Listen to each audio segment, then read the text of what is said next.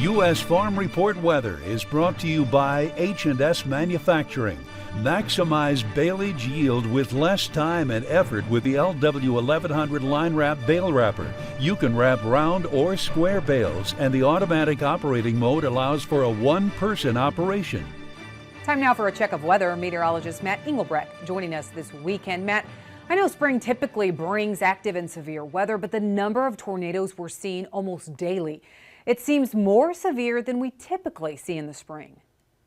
As we look at the rainfall the next 7 days, the good news is the severe weather potential with this rainfall remains pretty low. Obviously not zero, but I'm not looking at a pattern setting up this week like what we had this past week, where it was nearly 7 to 8 days. Each day had a different spot across the United States that had the potential for severe weather. Rather, it's more about flooding concerns going into the weekend and next week, as a weak piece of energy is going to pick up that Gulf moisture and work from the west to the east. So that's where we could see some flooding in Louisiana and then all the way into Florida as it starts to work back up to the north and to the northeast. You can actually see two parts of that system. One is going to be that moisture from the Gulf of Mexico, and then as the system exits up to the northeast, you see a trail of yellow through the northeast. So again, that's all part of kind of the same system as it works to the south and then back up to the north.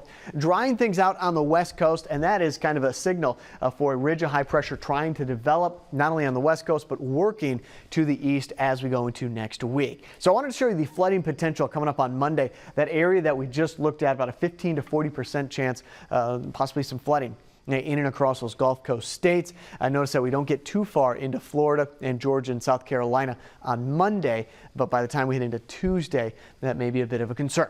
As for that drought monitor, no drought where the heaviest rain is set to come down. Still looking at some drought conditions in through Minnesota, Wisconsin, and Iowa, and then back down here to the south and the southwest. Now, New Mexico and Big Bend, Texas, down in that area, Midland, Odessa area, we are going to get some rain. We did this past weekend. May get another shot at some showers coming in to start the week. Otherwise, we dry out pretty quickly behind a ridge of high pressure most of next week. So your jet stream setup looks something like this. This is on Sunday. Now you got that trough leaving to the northeast, another weak trough trying to come through. We'll call this more of a short wave.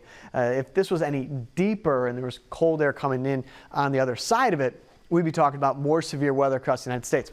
That's not the case. It's a little too shallow for that situation. So really, it's more about showers being around rather than significant thunderstorms impacting America. Again, there's jet stream on Monday, Tuesday, and into Wednesday. This ridge of high pressure starts to build, so expect quiet conditions Tuesday, Wednesday, Thursday, and Friday into the weekend. That is what we're going to be watching for our next storm system next week.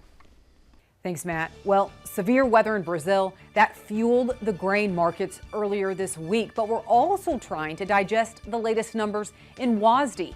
Chip Nellinger and John Sheave help us do that next.